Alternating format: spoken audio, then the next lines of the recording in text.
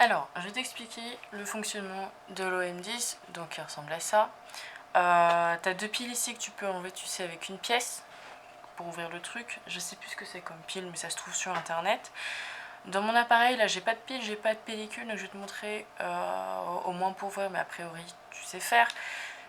T'as là ce petit levier que tu tires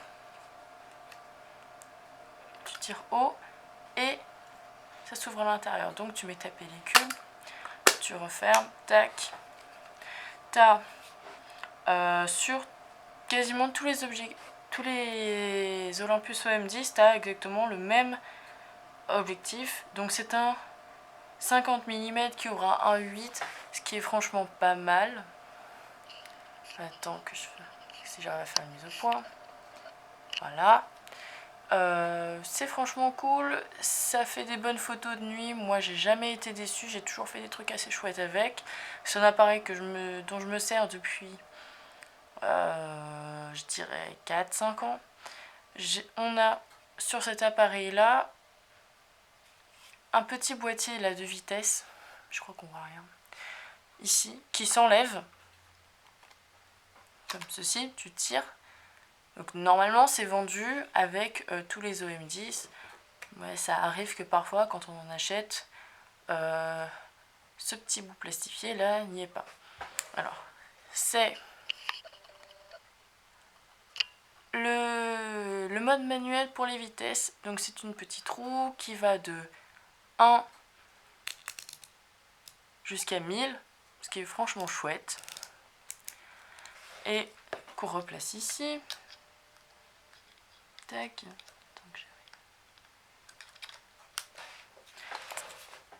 Ici, là, voilà, t'as le mode auto, le mode bulbe un peu plus haut, et le mode manuel, le mode dont je m'utilise tout le temps. T'as aussi l'ISO à choisir là, c'est pas compliqué, t'as juste à appuyer puis à tourner la manivelle, d'accord. Sauf si l'appareil a vécu des chocs, normalement c'est quelque chose qui se manipule plutôt bien. Donc t'as l'ISO là, t'as la vitesse ici, et puis sur ton objectif, que j'essaie de te montrer, attends, voilà, tu as l'ouverture. Voilà, tu as juste à tourner ici, et puis là, tu fais ta mise au point. Donc, comme n'importe quel objectif, tu enclenches et t'appuies.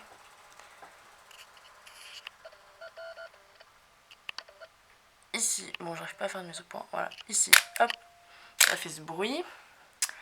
Que te dire de plus? Quand tu rembobines ta petite pellicule, tu as un petit, là, ici, un petit truc que tu dois tourner. De toute façon, tu as le sens de la flèche pour t'indiquer. Dans ce sens-là, c'est à la verticale, tu mets à l'horizontale. Et puis après, tu as la manivelle. Hop, tac, ça s'ouvre.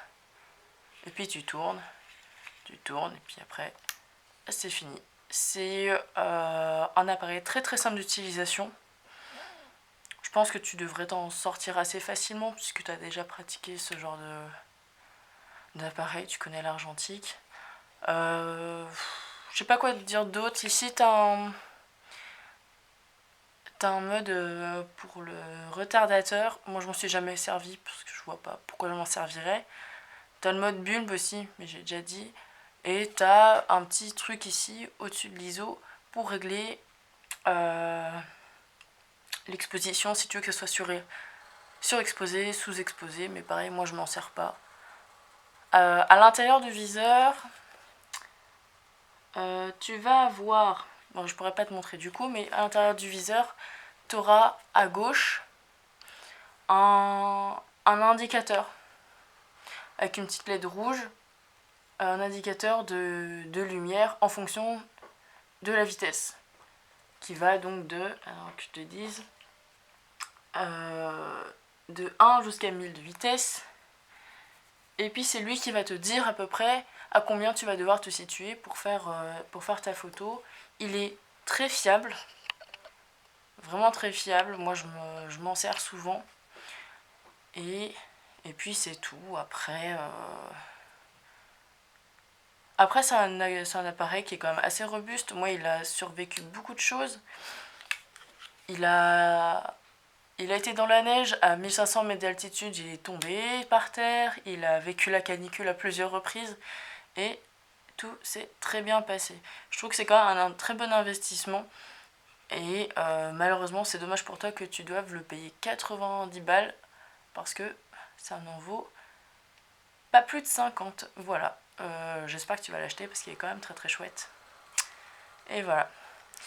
Bisous, bon courage.